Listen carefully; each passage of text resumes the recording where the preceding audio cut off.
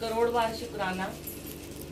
ये तो ना जैसे कि गुरुजी की जब गद्दी लगती है तो आपको नहीं पता कि क्या है ये ब्लेसिंग। जो लोग फर्स्ट टाइम आए हैं, जिन्होंने पहली बार सत्संग कराया है, क्योंकि जैसे दीदी ये लोग हैं, आंटी ये भी सिख परिवार से हैं, मेरे घर भी गुरु ग्रंथ साहब जी हैं शुरू से ही, और मेरी बहुत ही प्यारी जर्नी है जो रूमी दीदी के साथ में रिलेटेड है कि मुझे गुरु जी से जोड़ने वाली एक यही मेरी प्यारी दीदी थी, जिन्होंने मुझे गुरु जी से पहली बार रूबरू कराया था बहुत साल पहले। इसका आंसर मेरे पास नहीं है। कोई बोलता है आप कितने साल से जुड़े हो, मुझे लगता है हमारी तो करोड़ों जन्मों से रूहें जुड़ी हुई हैं, क्योंकि एक ही जोत है। क्या है? निरंकार की जोत है। कभी वो वाहेगुरु बन के आते हैं, कभी वो राम बन के आते हैं, कभी वो कृष्ण बन के आते हैं। हर रूप में हमें गुरु जी ने दर्शन दिए, और ये बिल्कुल सच है कि जब आप इनके दरबार में आ जाते हो तो आपको ये, जिसको भी आप मानते हो ना संगत जी, जिस भी इष्ट को आप मानते हो, थोड़े दिनों के बाद ना आपको इनमें वही आपके भगवान नजर आते हैं।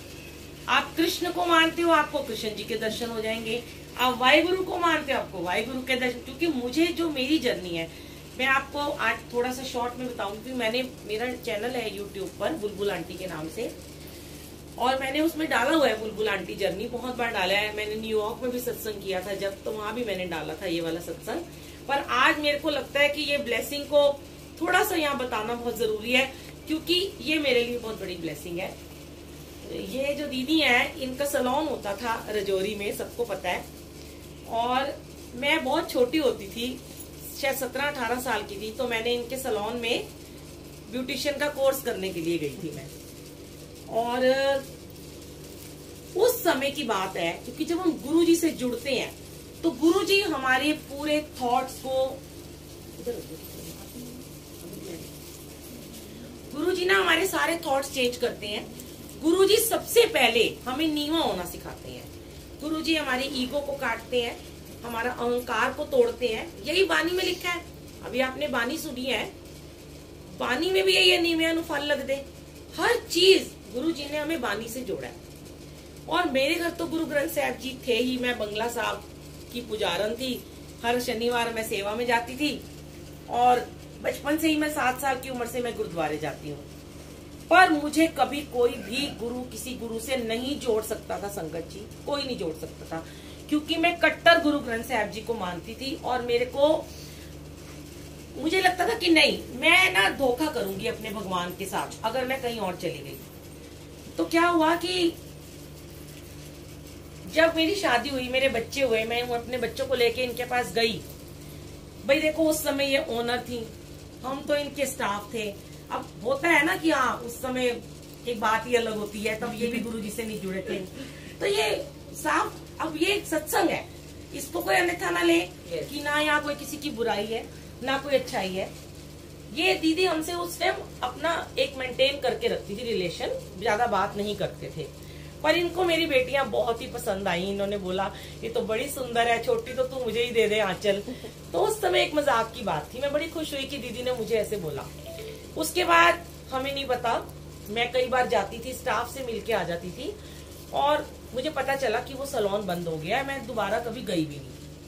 जो स्टाफ में लड़कियां थी उनसे मैं कभी कभी मिलती थी, उनका नंबर था, इनका मेरे पास कभी नंबर ही नहीं था। संगत जी, शायद 24-25 साल के बाद जब मेरा वक्त आया गुरु जी से जुड़ने का, गुरु जी एक जरिया बनाते हैं। वो ये नहीं देखते आप सिख परिवार से हो, आप मुस्लिम परिवार से कोई आपको जोड़ रहा है, आपको कोई हिंदू परिवार से जोड़ रहा है, ईसाई है, कौन है। गुरु जी ने आपके लिए उस एक जरिया को भेजते हैं, वो एक देवदूत बना के भेज देते हैं। तो अचानक से मुझे बड़ी स्ट्रांगली अंदर से एक थॉट आया कि मेरे को इनकी याद आई, और मैंने जस्ट डायल से इनका नंबर ढूंढा, और बाय द वे मुझे इनका नंबर मिल गया। सैलून बंद हो चुका था, तो ये बड़ी खुश हो गई एकदम। हो सकता है इनकी अब एकदम नेचर चेंज हो गई हो, बहुत बदल गई। अब उसके बाद क्या हुआ सुनिए आगे। अब मैं अपना बहुत अच्छा एक स्टूडियो सैलून खोल चुकी थी, मेकअप, नेल एंड अपना पूरा मेरा स्टोर था, पूरा स्टूडियो बुटीक था। तो मैंने दीदी को बोला कि दीदी आप कहाँ हो, तो इन्होंने बोला मैं तो शायद ऑस्ट्रेलिया शिफ्ट हो चुकी हूँ, मैं आई हुई हूँ इंडिया, तो मैंने कहा, कहते तुम क्या करते हो? मैंने कहा मेरा ऐसे स्टूडियो है। तो इन्होंने अचानक से कहा कि मुझे ना अपने हेयर में ना कुछ ट्रीटमेंट कराना है। अब मेरे तो पाँव ना जमीन पे पड़े, भाई मेरी ओनर आ रही है, वो भी मेरे स्टूडियो में आ रही है। मैं बड़ी खुश, मैंने अपने स्टाफ को बोला कि ऐसे जहाँ से मैंने कोर्स किया था वो आ रहे हैं, बहुत अच्छा उनका ट्रीटमेंट करना है। मेरा हेयर ड्रेसर और सब हम बड़े खुश हो गए। ये आई, उसके बाद इन्होंने मुझे बहुत प्यार किया और जस्ट बातें हुई। और मेरी बेटी का यहाँ पे एक स्टूडियो था पश्चिम बिहार में, तो मैंने इनको बताया कि वहाँ स्टूडियो। इन्होंने कहा मुझे कपड़े बनवाने हैं, तू मुझे ले चल। अब चलो जी, क्या गुरुजी की लीला थी, मैंने इन्हें गाड़ी में बिठाया और मैं इन्हें ले चली। मैं आपको सारा ये सत्संग थोड़ा शॉर्ट में बता रही हूँ। जहाँ पे मेरा स्टूडियो था संगत जी, वहां पे मेरा 8 बाय 10 का सिर्फ एक कमरा था, समझ लो इसका आधा भी नहीं होगा। और मैं शालीमार बाग में उसका रेंट देती थी 85,000। छोटा सा कमरा था, उसी में नेल स्टूडियो, उसी में मेकअप था, उसी में हम हेयर करते थे। मैं किराया निकाल नहीं पा रही थी उन दिनों में। और जैसे अभी मेरा गुरुजी के साथ कनेक्शन है, हाँ बंद कर, बहुत ठंड है, ऐसे ही ना मेरा वाहिगुरु जी के साथ बहुत जबरदस्त कनेक्शन होता था। लोग मुझे बोलते थे कि तू गुरु नानक देव जी से हमारी अरदास लगा, वो तो तेरे पापा हैं, तेरी बड़ी जल्दी सुनते हैं। तो उन दिनों क्या था, जब मैं बहुत परेशान चल रही थी, ना मैं किराया निकाल पा रही थी, ना मैं सैलरी निकाल पा रही थी। 2.5-3 लाख रुपए हमारा खर्चा था, उतनी कमाई नहीं हो रही थी। और मैं जब गुरु नानक देव जी से कहती थी कि क्या कर रहे हो, मुझे कुछ बताओ ना, तो गुरु नानक देव जी ना उन दिनों बिल्कुल चुप थे और मेरे को कोई जवाब नहीं देते थे। पूरे 6 महीने निकल गए, मैं बहुत भटकी, इधर उधर दुकानें ढूंढी, हमें कुछ नहीं मिला और हमारा चलता हुआ काम था। अचानक से कहते ना एक देवदूत बना के इनको भेज दिया। और जितनी देर में मैं इनको शालीमार बाग से पश्चिम बिहार लेके आई, तो इन्होंने अचानक से मुझे पूछा कि तुम्हारा काम कैसा चल रहा है। तो मैंने बोला कि अच्छा है, काम बहुत अच्छा है दीदी, लेकिन मैं ना बिल्कुल ना यहाँ पे रेंट नहीं निकाल पा रही हूँ, बड़ी परेशान हूं मैं ना, समझ में नहीं आता। गुरु नानक देव जी जवाब ही नहीं दे रहे, मौन में ही चले गए हैं। तो अचानक इनके मुंह से निकला कि तू कभी गुरु जी के यहाँ गई है? अब देखिए, उससे पहले मेरे आस पड़ोस के, मेरे क्लाइंट सब मुझे बोलते थे कि तुम गुरु जी के यहाँ जाओ। तो मैं बोलती थी, सत्संग में मुझे बुलाते थे। और अभी आपने गुरु जी का वो स्वरूप नहीं देखा, येलो चोले वाला, जिसमें गुरु जी ऐसे बैठे होते हैं। तो मैं ना कहती थी ये कोई गुरु होते हैं ऐसे स्टाइल मार के बैठ जाते हैं, मैं नहीं जाती इनके सत्संग में, मैं तो अपने गुरु ग्रंथ साहब को कभी नहीं छोड़ूंगी। तो मैंने कहा दीदी आप तो सरदार नहीं हो, आपके घर तो गुरु ग्रंथ साहब जी हैं, आप ये बात बोल रहे हो? तो इन्होंने मुझे कहा कि देख, मैंने भी ना अभी ना थोड़ा सा उनको मानना शुरू किया है, तू एक बार जा, तेरे सारे प्रश्नों के वहां पे उत्तर मिल जाएंगे। अब मैं बात आई गई हो गई, मैं आ गई वापस, इनको लेके छोड़ा, कैब करके ये चली गई। अब जरिया तो इनको बनाया।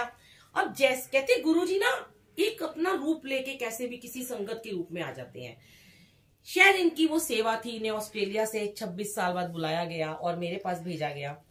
मैं जैसी अंदर आई, मैं बड़ी खुश थी, मुझे ऐसे लग रहा था कि कोई मुझे ऐसे, वो दीदी जो कि मेरी ओनर रह चुकी है और सरदार नहीं पक्की, वो कह रही गुरुजी क्या जा, इसका मतलब गुरुजी में कोई बात है जरूर।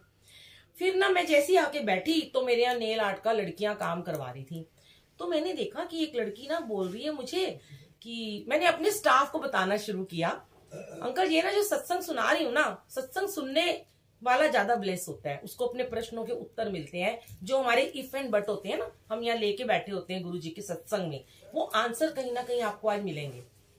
तो मैंने वो लड़की ना, मैं अपनी मैनेजर को बता रही थी कि ऐसे से गुरुजी के बाद मेरे को बोला जाने को। तो वो एक लड़की कहती है जो नेल आर्ट करा रही थी, आंटी आप कभी गुरुजी के यहाँ गए हो? मैंने कहा नहीं। मैंने कहा ये क्या हो रहा है, अभी वो कह रही है गए हो, ये भी कह रही गए हो।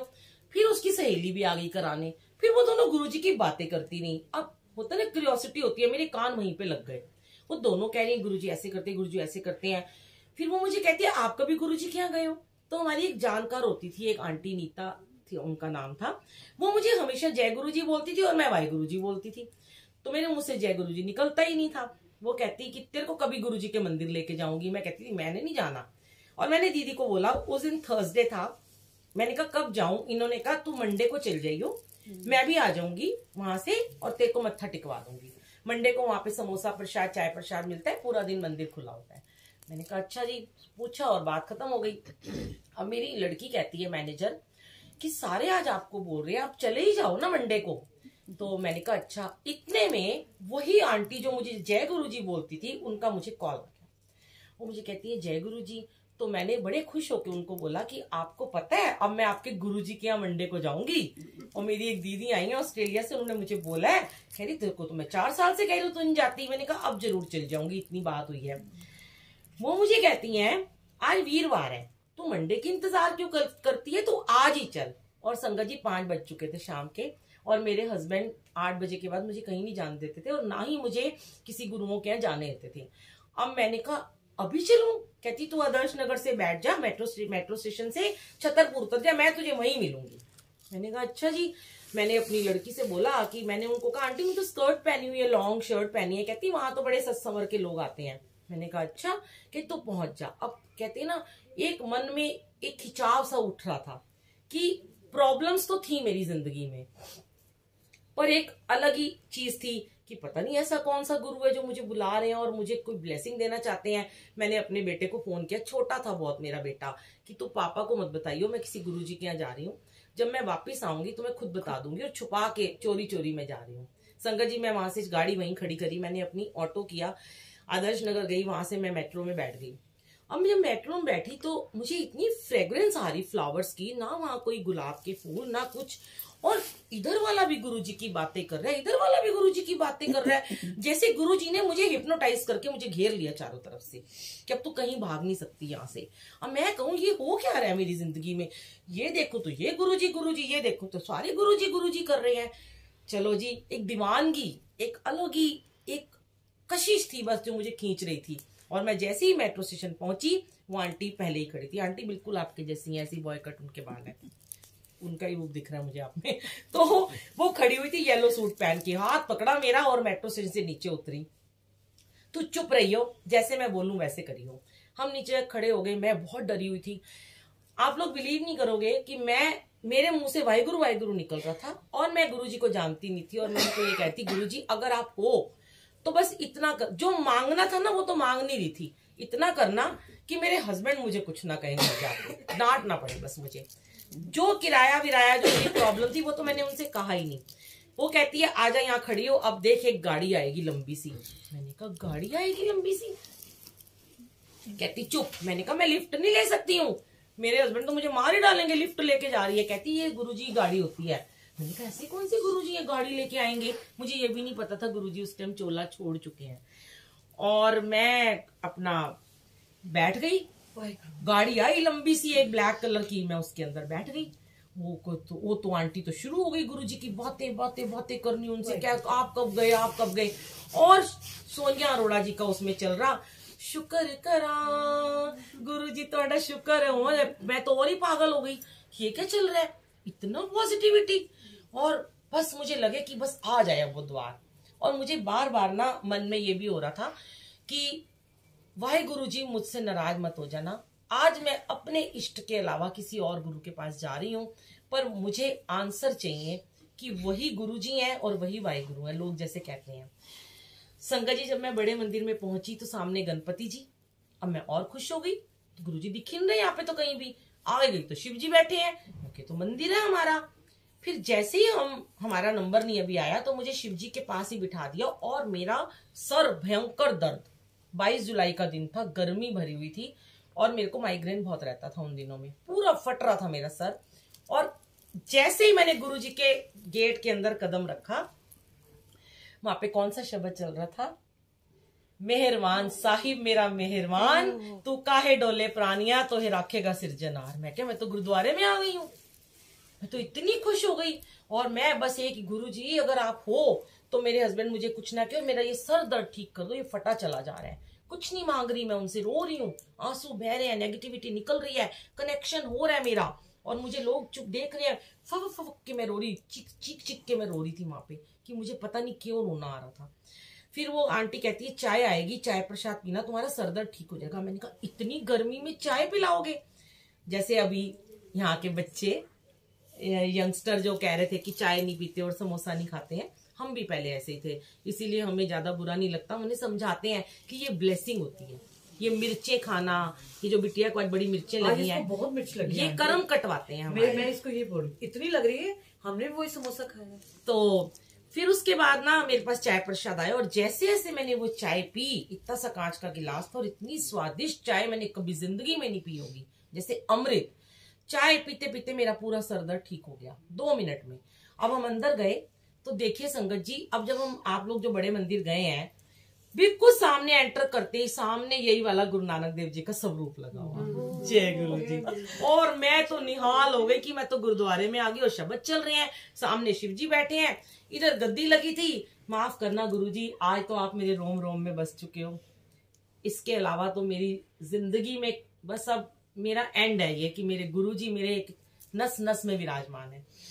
वही है, वही वाहिगुरु जी है, वही गुरु जी है। और गुरु जी की गद्दी को मैंने देखा भी नहीं, और मैंने गुरु जी के सब रूप भी नहीं देखे, और वहां बैठ के वाहिगुरु वाहिगुरु वाहिगुरु वाहिगुरु कर रही। बाहर निकली, मैं रोज ना गुरुद्वारे की सेवा करती थी, किसी भी गुरुद्वारे में सेवा करके अपने स्टूडियो में जाती थी सुबह, और ना करूं तो मैं शाम को करती थी। तो उस दिन मैंने सुबह सेवा नहीं की, और मैं बाहर निकली, हमें मिला, उन्होंने कहा आज तुझे लंगर प्रसाद मिलेगा। हमने लंगर प्रसाद खाया 4 लोगों ने एक थाली में। बाहर आए तो मैंने उस आंटी से कहा, आंटी मुझे ना सेवा करनी है। कहते यहाँ तो 4-4 साल हो गए हमें सेवा नहीं मिली, हम देख 4 साल से आते हैं, यहाँ बैच मिलता है तब सेवा मिलती है। अब मैंने फिर गुरु जी की तरफ देखा, मैं क्या आप हो, कुछ हो क्या, आप है ना, आप में शक्ति है ना, तो आप मुझे सेवा दे दो। चैलेंज करते हैं हम ना शुक्रे, इस ह्यूमन बीइंग, इस मानव शरीर में आके भगवान को चैलेंज करते हैं, अजमाते हैं अपने प्रभु को, और वो हमारी अजमाइश पे खरे उतरते हैं, पर हम उनकी अजमाइश पे कभी भी खरे नहीं उतरते। जब वो हमें अजमाने को आते हैं तो हम पीछे अपने कदम कर लेते हैं, हम घबरा जाते हैं, हम डर जाते हैं, नहीं हम ये टेस्ट नहीं दे सकते, हमारे में इतनी हिम्मत नहीं है भगवान, पर हम भगवान का टेस्ट लेते हैं ना। और मैंने कहा सेवा मिल जाए, तो एक अंकल कहते हैं ऐसे सेवा नहीं मिलती, आप जाओ उधर खड़े हो जाओ। मैं बोला समूह बना के पेड़ के नीचे खड़ी हो गई, और रोना नहीं छूट बंद हो रहा था। एक वही वाले अंकल आते हैं, कहते हैं आंटी इतने उदास मत हो, जाओ अंदर जाए गिलास की सेवा कर लो, धो लो। वो आंटी कहती है मैं 4 साल से आ रही हूँ, मुझे आज तक सेवा नहीं मिली। भैया तेरे को बड़ी मेहर है वाहिगुरु की, देख तेरे को सेवा मिल गई। अब जैसे ही मैं किचन में गिलास धोने के लिए गई, गर्मी बहुत थी, ठंडा ठंडा पानी लग रहा था, और मेरा सर भी थोड़ा दर्द हो ही रहा था, मेरा रोना ना बंद हो। 5-6 आंटियां एक लाइन में सेवा कर रही थी, सब आंटी अंकल बोलते हैं एक दूसरे को। पीछे से एक आंटी आती है इतना बड़ा ग्लास में नींबू पानी लेके। जब भी मेरा माइग्रेन होता है मैं पानी में, ठंडे पानी में नींबू निचोड़ के पीती हूँ। ये बात मुझे पता थी और सिर्फ गुरुजी को पता थी। वो आंटी ग्लास नींबू पानी का लेके आती हैं और कहती है आंटी आपके लिए। तो मैं ऐसे पीछे मुड़ के देखती हूँ, मेरे लिए, इनको भी दे दो, ये भी खड़े हैं। कहती गुरुजी ने आपके लिए भेजा है। जय गुरुजी। मैं फिर रोना शुरू हो जाती हूँ, मैं कहती हूँ मेरे गुरुजी ने भेजा है। फिर मैं कहती हूँ गुरुजी आपने मेरे लिए भेजा। मैं पानी पीती हूँ, मुझे इतनी ब्लेसिंग मिलती है। मैं कहती हूँ आंटी बस अब चल लो, आज तो मेरे पति ने मुझे जान से मार देना है।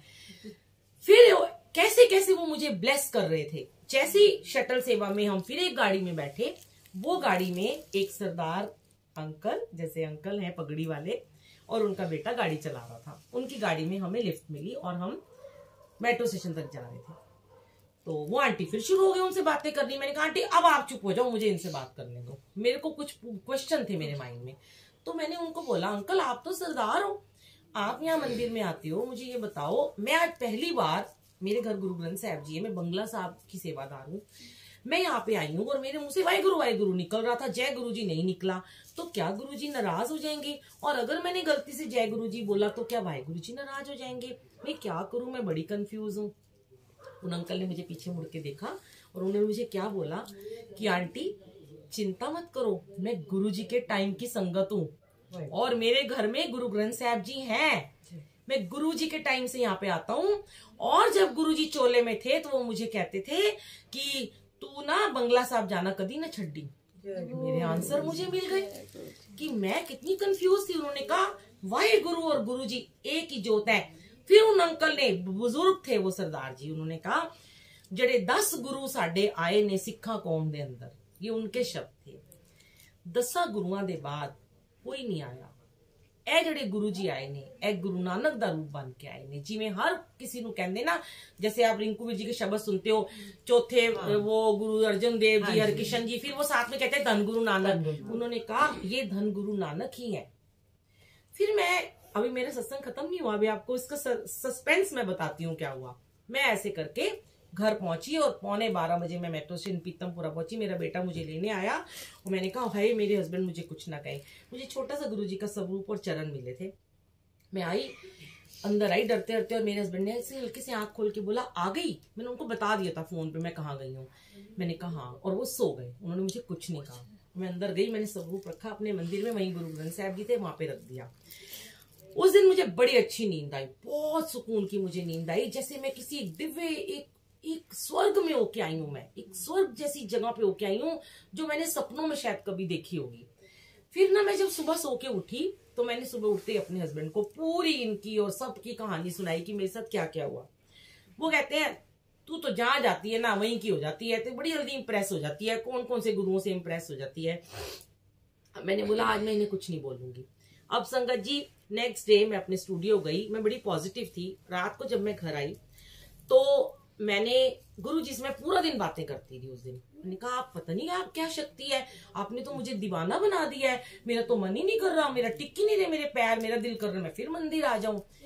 उसी दिन आधी रात को 2:30 बजे मुझे सपना आया, जैसे गुरुजी ड्रीम में आते हैं, कि मुझे सपने में आया कि मैं वही गुरुजी की समाधि के पास जा रही हूँ और 4 साल बाद मैं मंदिर गई हूँ। ये नहीं कि एक दिन पहले गई थी, सपने में आ रहा है कि 4 साल बाद मंदिर में गई हूँ और बहुत दुनिया है और ऐसे मेरा हाथ ना टच करता करता ना कोई जा रहा है। तो मैं उसको कहती हूँ थोड़ा दूर होके चलो ना, क्या मुझे टच करी जा रहे हो, पीछे हो जाओ आप थोड़ा सा।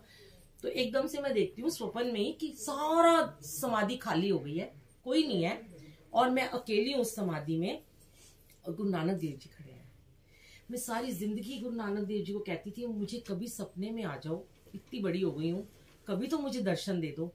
और वो जो मेरे घर में स्वरूप लगा है, ये वाला नहीं, ये तो मुझे बाद में मिला, एक पुराना गुरु नानक देव जी का स्वरूप मेरे कमरे में लगा होता है। गुरु नानक देव जी यहाँ खड़े हैं और मेरी बाजू ये वाली ऐसे किसी ने कस के पकड़ी हुई है, कस के, और मैं कह रही हूँ छोड़ दो छोड़ दो छोड़ दो, कौन है, मैं डर रही हूँ। गुरु नानक देव जी मुझे कहते हैं तू बड़ी परेशान सी ना, तेरे प्रश्नों के उत्तर नहीं कोई दे रहा था, मैं भी चुप हो गया था और तू कहती थी ना मेरा कोई भाई नहीं है, आज तो मैं तेरा हाथ गुरु जी के हाथ ही सौंप दिता है, तेरा वीर है गया तू एदी वीरा। और मैंने आंखें खोली और मेरे कमरे में जो गुरु नानक देव जी साक्षात मुझे उस दीवार के ऊपर दिखाई दिए और मैंने कहा हाय गुरु जी, मतलब कि आज मेरा जीवन धन्य हो गया। उसके बाद मैं उठी 2:30 बजे, मैंने प्रकाश किया उठ के नहा धो के और मैंने सोचा कि अब कल जो होगा देखा जाएगा। मैंने पैसे उठाए 10,000 रुपए। मैंने कहा उस बंदे को बोलूंगी, डीलर को जिसने मुझे 100 दुकानें दिखाई हैं, तो मुझे 2-3 दुकानें और दिखा दे, मैं इसको फाइनल कर दूं। देखिए क्या लीला रची गुरुजी ने।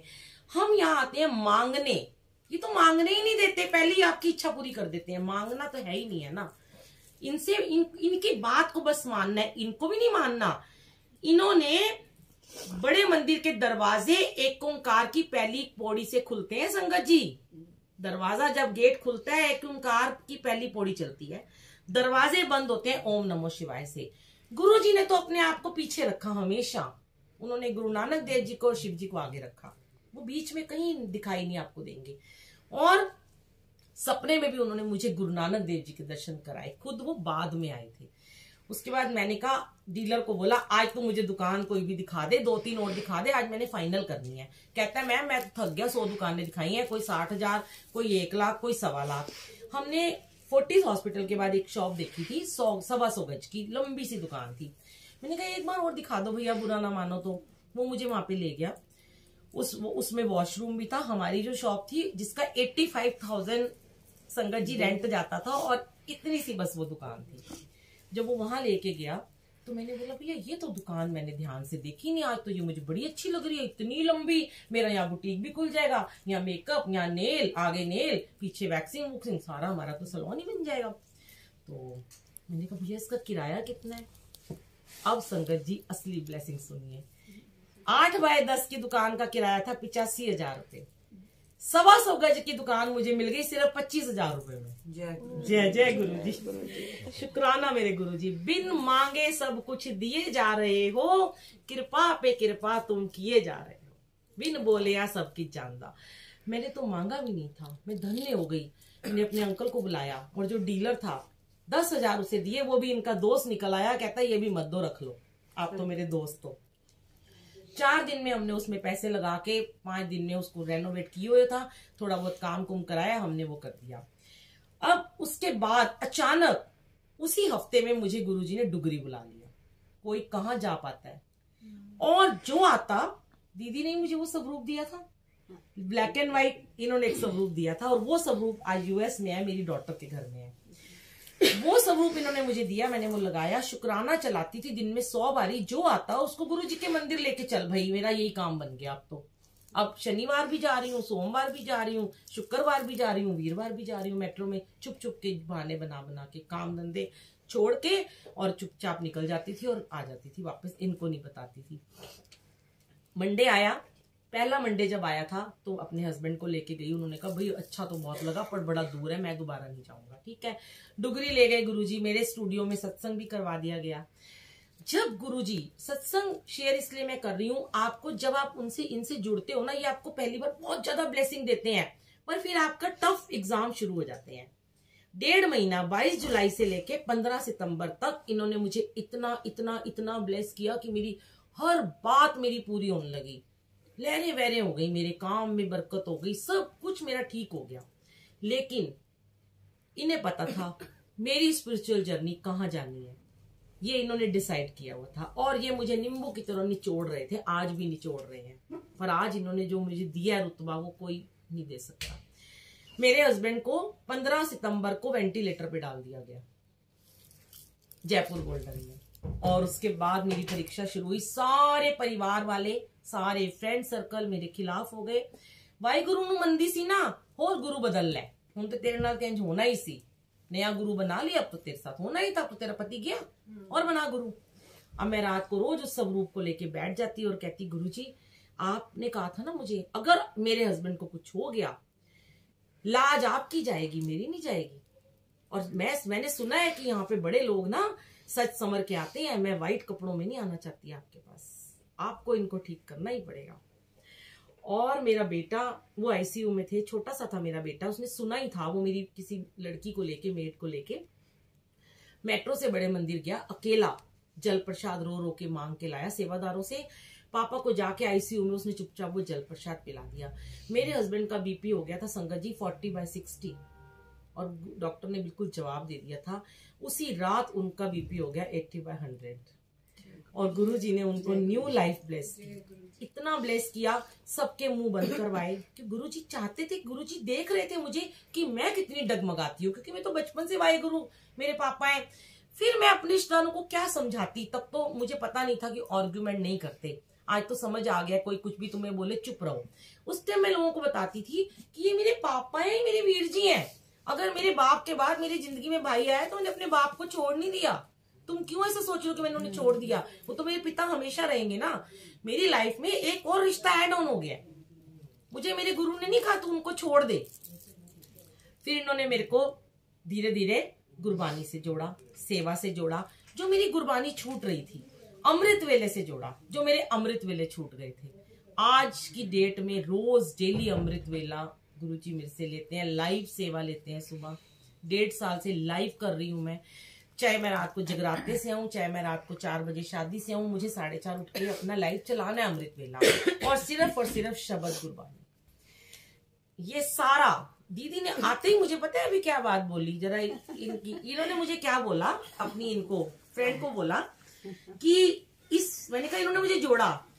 आपने आज सही नहीं बोली ये लाइन, आगे से मत बोलना। इन्होंने कहा इसको तो मैंने जोड़ दी, ये कहां से कहां पहुंच गई, हम वहीं के वहीं रह गए। नहीं, जितनी बार मुझे ब्लेसिंग मिली उसका 1% हर ब्लेसिंग का आपके अकाउंट में ट्रांसफर हो रहा है दीदी। सीरियसली वो आपका मोक्ष का रास्ता, आपका मोक्ष का रास्ता साथ साथ खुल रहा है। इकट्ठे ही ऊपर जाना है, सी उत्ते भी सेवा करनी है ना। तो आप ये कभी मत कहना, जब भी कोई संगत आती है गुरुजी ना उसको ना पूछते हैं कि तुम्हें किसने जोड़ा, हर एक से पूछते हैं। मैं हर जगह शेयर करती हूँ, यूएस में जाके भी शेयर किया इनका नाम, तो आपको ब्लेसिंग तो ऑटोमेटिकली मिल रही है।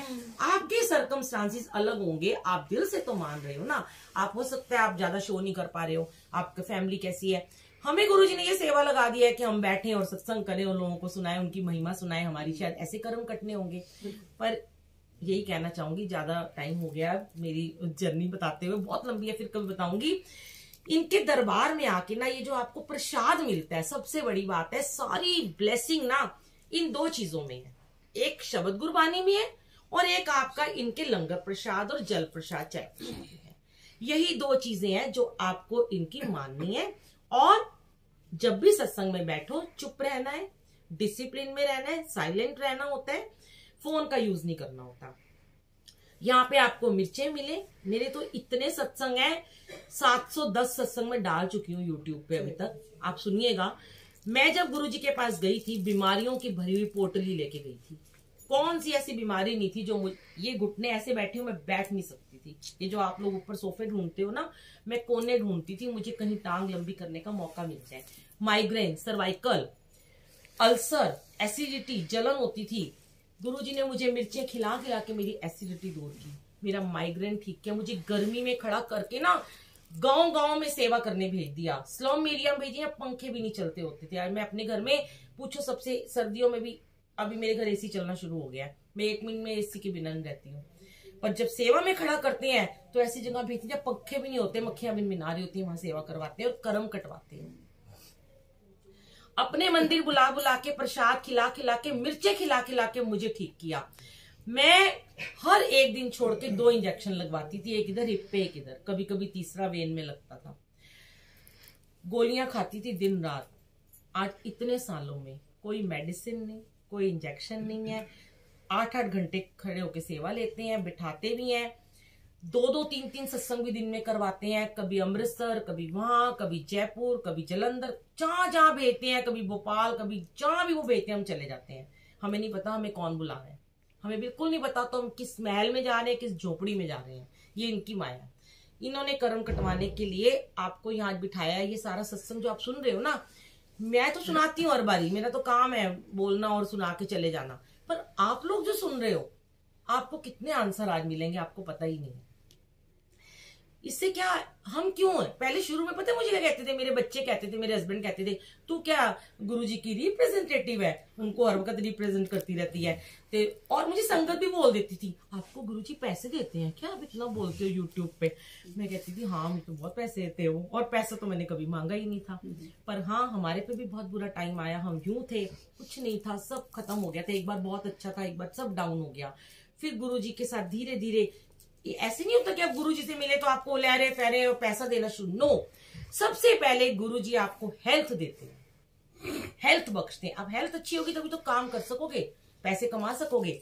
उसके बाद आपको वो हैप्पीनेस देते हैं, आपकी नेगेटिविटी को काटते हैं, आपको पॉजिटिव बनाते हैं।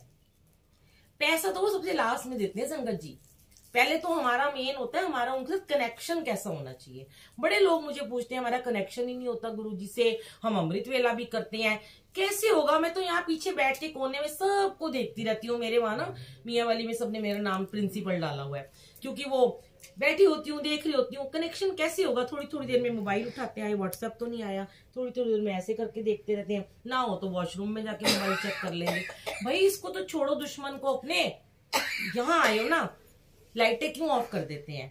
आपस में भी मत देखो कौन कैसा है, कौन आया, किसने क्या पहना, ये सिर्फ इनको देखो। वाओ क्या चोला है, वाओ क्या फूल है, वाओ कितने सुंदर लग रहे हैं गुरुजी, हाय कितने प्यारे लग रहे हैं। और गुरबानी, आपको गुरबानी समझ नहीं आए, पंजाबी में आए, जितनी मर्जी टिपिकल है, आप सब सुनो उसको, सिर्फ सुनो। उसकी लय जो आपके खून में जाएगी ना, वो आपके अंदर की गंदगी को काटेगी धीरे धीरे। गुरबानी जो है ना हमारी, हमें क्लीन करती है। हम रोज पापी है ना, हम तो रोज नेगेटिविटी से गुजरते हैं, हमें हमारी क्लीनिंग करती है गुरबानी। ये भांडा है ना बहुत गंदा हो चुका है, इस भांडे को रोज सफाई चाहिए। अब इस भांडे को खाली भी तो करना है। अब ये भांडा है, एक भिखारी है, डोंगा लेके आपके पास सड़क पे खड़ा है, उसमें 10-10 के नोट है, आप नहीं दोगे ना उसे नोट, तेरे पास तो ऑलरेडी इतने पैसे हैं, क्यों मांग रहा है। खाली बर्तन होगा तो दया करके दे दोगे। अभी आपने सुना ना, एक शब्द सुना है शायद सबने, अपनी मेहर कर, उसमें एक लाइन सुनी थी, तरस पया मेरा मतोई सतगुर सज्जन मिलिया। तरस खा गुरु, हे भाई गुरु हम पे तरस खा, तरस मांगो। हम तो भिखारी हैं, खाली डोंगा लेके बैठे हुए हैं। अब वो खाली भांडा लेके साफ करके जब बैठेंगे तभी तो वो अपनी ब्लेसिंग उसमें डालेंगे।